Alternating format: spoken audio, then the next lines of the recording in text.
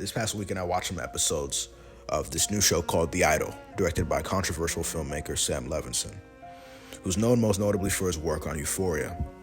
The show captivated me and made me think, something I like seeing in the media that isn't really around much anymore.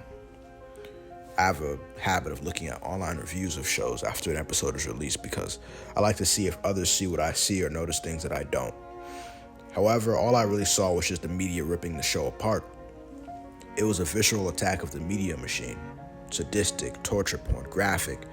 I understood where it stemmed, but I felt it was unwarranted.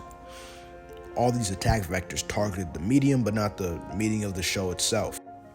In fact, the show is most likely provocative on purpose.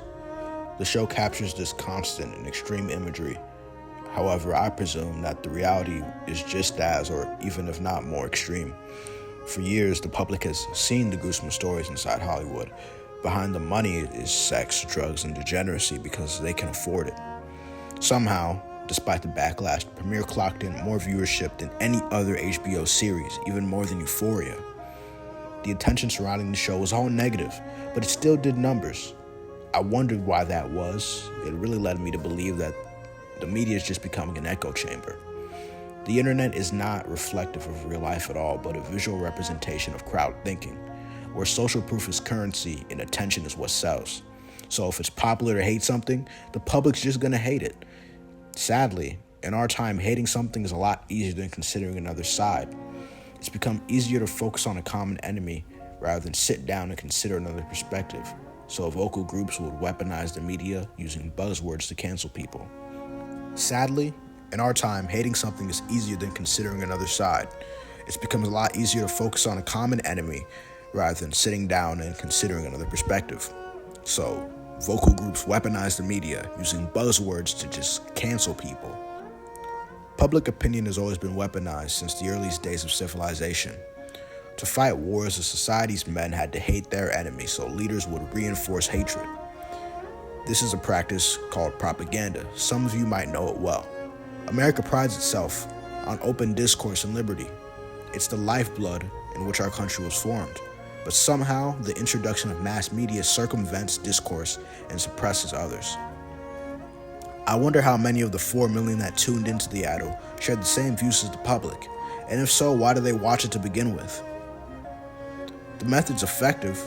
We can see how some of America's greatest personalities are completely vilified, like one of history's greatest musicians, Kanye West, or a previous president, Donald Trump. In today's America, you'll freeze your tongue before they freeze your bank account. Corporations only fit this mode.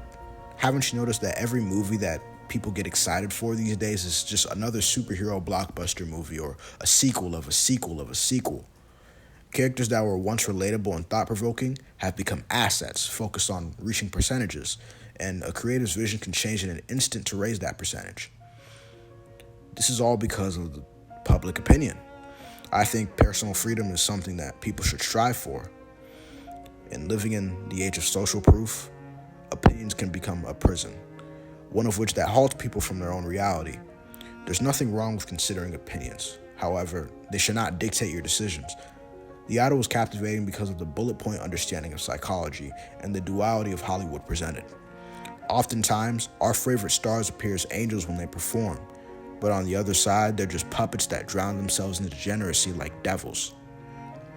These same figures are worshipped like gods, but in reality, they're just human, like us. We can see that public opinions aren't always right. Some could say that the public's opinion is the truth, and if you disagree with that, even if you're objectively right, you're still insane for even trying. Kanye once said that everyone wanted to call him crazy if he was running down the wrong side of the freeway with some shorts on and sweating by himself. But if 100 other people would do it with him, it would be a marathon.